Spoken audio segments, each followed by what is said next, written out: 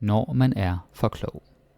What you want to do here is look at the sentence and then ask yourself, how can I change it? Well, basically, what you have in front of you, right, is this når man er, when you are for adjective, like too much of something. Når man er for tålmodig, right, patient. Når man er for gammel, old. Når man er for umoden, immature. Når man er for naiv, naive. So basically, når man er, when you are, when someone is, like people in general. The key here is to look at it and be like, okay, I'm learning Danish, but sometimes I don't want to, make sentences from scratch. So what I do is I watch a video like this, and then I just replace one or two words. Right? This is something that you can really use to your benefit. Then we have, så bruger man hjernen for meget. Well, for meget is too much. Ikke? For mange, too many. For meget, too much. Ja, man tænker for meget. Man tænker for meget. Now, tænker means think. Man tænker for meget, you think too much. But of course, there are many things you can do too much. You could also say, man spiser for meget. Man drikker for meget. Man sover for meget. Man larmer for meget. Man brokker sig for meget. Most of these are pretty basic in what they mean, but larmer means being noisy or making noise. Brokker sig is complain, and you're complaining too much. So that's that. Think about that. Man, something for meget. Ikke? You do something too much. Okay, man overvejer tingene, og det er selvfølgelig godt. Okay, not so important for this point. Men det er bare som om man analyserer alting. Yeah, so this one could be a little bit more difficult, but not so much because it opens up the door and it allows you to put something after the comma, which is totally your own. So, det er bare som om, ikke? But it's just as if, but it's just like. You can also ignore the men, ikke? Men means but, so that's not so necessary. Ja, det er bare som om, it's just like, ikke? Something. Analysere alting is of course analyze everything, but you could put anything after this. Ikke? Det er bare som om livet er svært. Ikke? Life is difficult. Det er bare som om det ikke er muligt. It's not possible. So pretty much anything you can think of, you can put after this comma, and like something you feel like is the case. Det er bare som om, like, or you can remove the bar. You can say, det er som om, it's like, it's kind of like. Right? One thing you have to look out for, especially if you're a beginner, is this one. Det ikke er muligt. Like, now you see the ikke comes before the er, and why is that? Well, it's because it's the second clause, or secondary clause. So therefore the adverb comes before the verb. Normally you would say, det er ikke muligt. It is not possible. But because we have a comma here, and there's another clause, that means that we have to do inversion. Adverb inversion. The adverb ikke comes before the verb er. Now, then we have, you could say, alting skal undersøges. Alting skal undersøges. So, alting skal undersøges. Everything must be investigated or maybe researched. Undersøge. What is undersøges? Well, as a word class, of course it's a verb, but it's also the passive. The passive verb tense. Undersøges. How do you know that it's passive? Well, there's an S. Undersøges. You could also say, alting skal forstås. Alting skal forstås. Gøres, spises, huskes, fremstilles. Just think about some verb, and put it there. It has to be the passive. Alting skal spises. Everything must be eaten. It's kind of weird, but why not? Det dræner en for energi i længden. So i længden means long term, in the long run. Det dræner en for energi i længden. If you're thinking about this, Forget about dræner, ikke? That is drain. But i længden is a very good point. Ikke? Long term. Det er skadeligt i længden. Det er skadeligt i længden. It is harmful. Ja? Det kan godt være drænende og drænende i længden. So that's similar to the first one. Right? Det kan godt være, ikke? Because it could be, maybe not, could be. Det kan godt være drænende i længden. Right? Det kan blive for meget i længden. Which is like, it can be too much. Ikke? Like at some point, I'm not having any more of this. Way more than I want. Alright, moving on. Det er især svært, hvis man identificerer sig med det at være klog. Alright, you see this and you're like, wow, Thomas, that is a long sentence. I don't know about that. Well, let's break it down. Det er især svært. Ikke? It is especially difficult, hvis man identificerer sig, if you identify, med det at være klog. Ikke? With the thing, or with the fact that you are smart, or with being smart. At være klog, to be smart. Now, we're not going to take the whole thing and then try to rewrite it, but just the first part. Like, det er især svært. It's especially difficult if. You could say, hvis man ikke har et arbejde. Hvis man ikke har et arbejde. If you don't have a job. Right? That makes sense. So think about this. You're in a situation and you want to say, yeah, I mean, it's difficult, and it's especially difficult if, some conditions, some circumstance. Det er især svært, hvis man ikke har et arbejde. Good one. Det er især svært, hvis man ikke føler sig motiveret. Okay, hvis man ikke føler sig motiveret, if you don't feel motivated.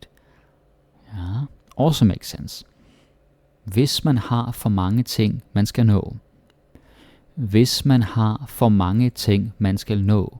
If you have too many things you gotta do, like cross off your list. And too many, I gotta do this, I gotta do that kind of stuff. Hvis man har for mange ting, man skal nå. So think about that. Like, think about the situation where you could use this. Det er især svært, hvis man... Or just remove the især, ikke? Especially. Maybe just say, det er svært, it's difficult. Det er svært, hvis man... Something. Very nice. Så kommer det også til at handle om ens ego. Looks difficult, but it's not. Not so much. Så kommer det også til at handle om ens ego. Then it also gets to be about your ego, or it becomes about your ego, someone's ego. Right? Like it becomes the main point, or the thing that's on the line. So, handle om. Right? Handle om means that it's about something. It's revolving around that. Så kommer det til at handle om stolthed. What is stolthed? Pride. Så kommer det til at handle om ære. Ære means honor. Så kommer det til at handle om prioriteter. Priorities. Så kommer det til at handle om muligheder. And then it's about opportunities or possibilities. So you see what I'm doing here. I'm looking for the words, and then I'm putting them in when I know they make sense. Right? Det kommer til at handle om. Of course, you always have to look at the original sentence that you have, and then think about the context that you want to apply it to. But if you feel like it's within the limits of reason, if it's not too crazy, if it's not too far out there, just give it a shot. Right? I mean, you're gonna make mistakes anyway when you're learning. You might as well make mistakes, that are grammatically correct. Because if something is grammatically incorrect, it's harder for people to understand you. If it's grammatically correct and just a little bit strange and unusual, like it's unnatural, that's still a much better place to be. Right? Kloge mennesker bruger generelt hjernen for meget. Okay, de giver den aldrig et hvil. Den har brug for et hvil. Okay, den har brug for et hvil. It needs a rest. You could also say, den har brug for en pause. Pause is of course a break. Den har brug for mere energi. Har brug for mere energi. Needs more energy. Den har brug for støtte. Støtte. Support. Den har brug for mere tid. Den har brug for mere tid, more time. Now, of course, this is about the brain, right? So it makes sense to say something like this: a break, more energy, support, more time. But forget about the brain. You could say, jeg har brug for, du har brug for, I need, you need. Eh? Just put in another word that would, have the same function. Men det får den ikke. Men det får den ikke. Så mange tanker, så mange overvejelser. Stakkels hjerne. You know what, I didn't write it, but maybe I should. Stakkels is actually kind of useful. It means like poor, not like money poor, but like pity, like, stakkels mig, eller stakkels dig, poor me, poor you, poor him. Right? So you could say that. Stakkels mig, stakkels dig, stakkels ham. Again, it's not super nice. Maybe some people will find it somewhat condescending, but you can experiment and hopefully you don't get fired or punched in the face. Nah, I'm kind of kidding. Danish people are not so confrontational for the most part. Super. And then we have, der er selvfølgelig mange måder at være intelligent på. Der er selvfølgelig mange måder at være intelligent på. There are of course many ways of being intelligent. This is a long one, but it's useful because you can use it in different contexts and different situations. So again, realize and pay attention to the fact that intelligent is an adjective. So the key here is simple enough. You just gotta put another adjective in there. So I could say interessant, interesting, anderledes, different, kreativ, creative. You could put, of course, any adjective grammatically speaking, but I chose to put the ones that are a little more natural in this context. Right? Something that can appear or take many different shapes, like intelligence. You will save so much time once you realize that this is a really good way to be learning the language. Instead of always thinking about the grammar, like building it from scratch, trying to remember all the rules you got from your teacher or from a specific video. Yeah, I mean, grammar videos are good, but at some point you gotta let go. You gotta be like, okay, let me go be a thief. Let me look at this video from Thomas or someone else or some entertainment from DRDK and then just copy and then put my own words in there. I feel like this is an approach that most people don't know of, and it's so good. It's really good. Min bedste ven. Okay. Du er min bedste ven. Min bedste ven, you are my best friend. Okay, so we got that mean, and that's possessive. Min bedste, my best friend. And of course, there's an E because it's with the possessive. Like if you want to say, I am best, I would say, jeg er bedst, eller du er bedst. But if there is that possessive before, then you have to put an E to the adjective. Alright? Du er min bedste ven. So, now forget about friend for a second. Du er min gode kollega. Du er min gode kollega. Ja. Og du er min nye nabo. Du er min nye nabo. Du er min gamle ven. Du er min gamle ven. Du er min rigeste kollega. Ja. Rigeste kollega. Now, I just used like friend, coworker, and neighbor here in this case. But of course, it could be many other things. So, gode kollega, en good coworker, good colleague. Nye nabo, et new neighbor. Gamle ven, old friend. Rigeste kollega, a richest coworker or colleague. Something you'll see here is that the key is du er min, you are my something. Right? Now, maybe you wouldn't say it straight to the person, but sometimes just doing the exercise in your own head is a good thing. At næste. Vi har været venner i lang tid nu. Vi har været venner i lang tid nu. So it's we have been friends for a long time now. You could say vi har været kolleger i et år nu. Vi har været kolleger i et år nu. So we've been coworkers, colleagues for a year now. Vi har været gift i 10 år nu. Vi har været gift i 10 år nu. We've been married for 10 years now. So it could be different things. Og vi har været her. Forget about the thing about friends again. You could say, vi har været her i lang tid nu. We've been here for a long time. Vi har været hjemme. We've been home. Doesn't have to be a long time. Vi har været hjemme i 10 minutter. Nu. We've been home for 10 minutes now. So just use that. Vi har været. We have been. Because I know some of you might have a hard time with the present perfect. But it's not that difficult. Let's see. Yeah, some of these I might skip because there's a lot of stuff to cover. Vi har oplevet rigtig mange ting sammen. Vi har oplevet rigtig mange ting sammen. So that's of course, we have experienced a lot of things together. Now, you could take some of these, and it's like different things you have experienced or done together. Vi har oplevet rigtig mange sjove øjeblikke sammen. Så sjove øjeblikke, that is of course funny moments. Sjove øjeblikke. I feel like this one is more interesting.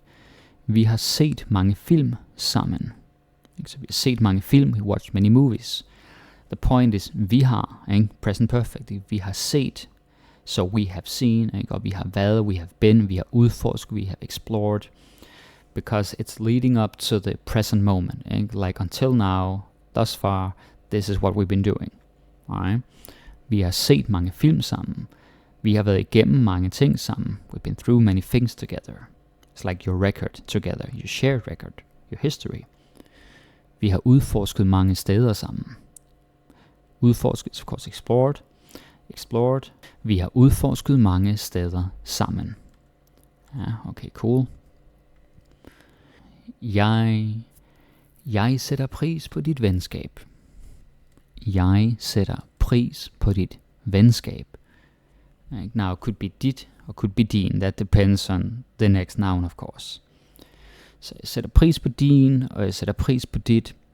You could say, jeg sætter pris på din hjælp. I appreciate your help. Jeg sætter pris på din ærlighed. I appreciate your honesty. You could also just say, jeg sætter pris på det. Right? You say like this. Jeg sætter pris på det. I appreciate it. I appreciate that. Det sætter jeg pris på. Ikke? Inversion. Det sætter jeg pris på. Du er en, jeg kan regne med. Du er en, jeg kan regne med. So, you're someone I can count on. Ikke? At regne med, to count on. Du er en, jeg kan snakke med. Du er en, jeg kan snakke med. You are someone I can talk to. Right? So, it's really easy. It's just you are someone I can do whatever with this activity. Something you do together. Du er en, jeg kan snakke med. Or, du er en, jeg kan grine med. Ja. Grine med. Eller danse med. Dance with. Anything you can do together.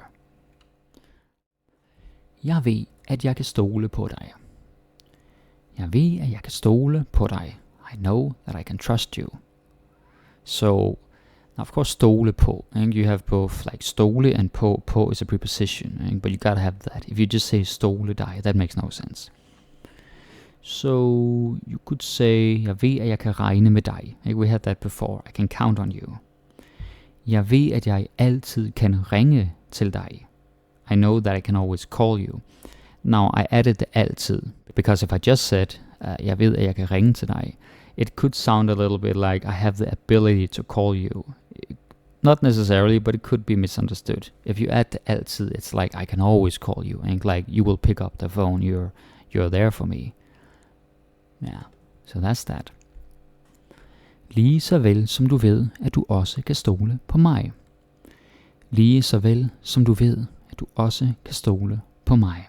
Så lige så vel som du ved. Might look difficult, but it isn't that difficult. Just as well as you know. Like, you know this, I know that. Like, we both know it. Lige så vel som du ved. Ja. At du også kan regne med mig again. Og at jeg er her for dig. That I am here for you. At jeg også er din ven. That I am your friend too. At jeg også er din ven. But it's more natural if you put stress on din. At jeg også er din ven. Vi hjælper hinanden. Vi hjælper hinanden. We help each other. Ja, vi støtter hinanden. We support each other. Vi forstår hinanden. We understand each other. So it's pretty easy, right? Now, of course, some of these you could put like a million different things and it still makes sense. And then some you don't have as much like flexibility. But you can always at least put a few things in there and replace it with something else. And that's the magic of this method. Yeah, nice. Vi har det sjovt. Vi har det sjovt. We're having fun. You could also say, vi har det godt. Vi har det godt. It's like, we're doing well. Right? Like we feel good or we're getting along. Depends on the context. You will be able to tell. Vi har det svært. Vi har det svært. So as you can see, this is like, we're going through a rough patch, or maybe not like between the two of you, but just together you're going through something that's hard to endure. Right? Har det svært. Ja. Vi griner sammen. Vi griner sammen. We laugh together. And then vi græder sammen. Vi spiser sammen. Vi arbejder sammen. Græder, cry, spiser, eat, arbejder, work. Du er min bedste ven. Du er min bedste ven. Det er helt sikkert. Now, a lot of the vocabulary here is fairly basic. It's not super advanced, because today I wanted the focus to be on the method. Right? It's something that I've talked about before, but I don't think it's enough. I still see students, trying to stitch together all these sentences, and they're thinking like really hard, trying to remember all the grammar rules at one time, and it's just, you can't do that. A lot of learners, they think that it's all about grammar.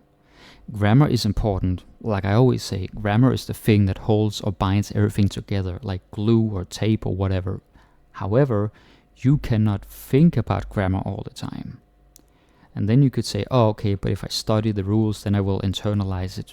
Maybe some of you, but my experience, and I've been teaching for over, it's 10.5 years now. Yeah. I can see that it's very rare that a pure grammatical understanding, like a very formal understanding of the grammar, that is going to translate into, well-spoken Danish. It almost never does. Best thing you can do is to read a lot, watch a lot, listen to a lot of stuff. I mean, if you really want to make it better, you find something where you can listen and then read along at the same time. Like, that's the best thing. Right? Ideally, something that you can pause and then go back. Instead of thinking, this preposition, okay, what about, is there inversion here or not? I don't know, man, it's so complicated, Danish is whack. You can make it easier for yourself if you take this advice.